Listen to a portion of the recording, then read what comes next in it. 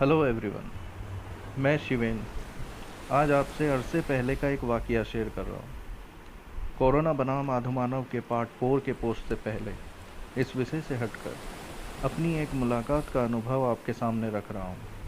उम्मीद करता हूँ कि आप भी मेरे इस अनुभव की लहरों में मेरे साथ बहेंगे।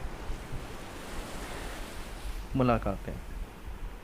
कभी कभी कुछ मुलाकातें कितनी अजीब होती है। पहली मुलाकात जहाँ रहस्य से भरा बादल बनकर छा जाती है, तो वहीं दूसरी मुलाकात बारिश की बौछार बनकर बरस जाती है और आईने की तरह सब कुछ साफ कर देती है। इतना साफ कि अपना ही वजूद सामने नजर आने लगता है। एक गहराती शाम, ऐसी ही एक मुलाकात मेरी समंदर से हुई। समंदर से, जी हाँ, उसी के किनारे बैठा था मैं। किनारे पर आती जाती उसकी लहरें मानो मुझसे कुछ कहना चाह रही थी, कुछ बयान करना चाह रही थी। उस शाम वो अथाह सागर मुझसे बात करना चाह रहा था, मुझसे, या फिर यूं कहूँ कि मैं मुखातिब था उससे।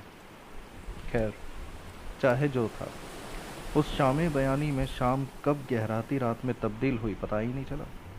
हाँ, जाते जाते हम दोनों एक पारदर्शी आईने के छोर पर थे, जहाँ एक ओर से वो मुझे तो दूसरी ओर से मैं उसे देख रहा था।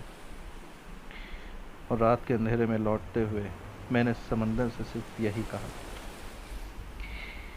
कि दुनिया सुना करती है तेरी गर्जना। दुनिया सुना करती है तेरी गर्जना, तेरी हुंकार। दुनिया सुना करती है उन हवाओं को जो साए साए करती बहा करती है तेरे साथ। लेकिन क्यों मुझे सुनाई देती है तेरी वो खामोशी, जिसे अब तक तूने किन्हीं शब्दों में ढाला नहीं। एक दर्द सा अपने सीने में दबाए रखा हमेशा, चाहकर भी जिसे अब तक तूने टाला नहीं। क्यों महसूस करता हूँ अपनी रगों में तेरा वो बहता लहू, जो बाहर निकलना चाहे नसों को चीर कर। कभी दिखता किसी जाल में उलझा तू छटपटाता, सुलझते सुलझते फिर से तू और उलझता जाता। तेरी आती जाती लहरों में लोग अटखेलियां करते, उछलते कूदते, तो कभी तुझे हथेली में भरकर खुद पर उछालते, तो कभी दूसरों के चेहरों पर।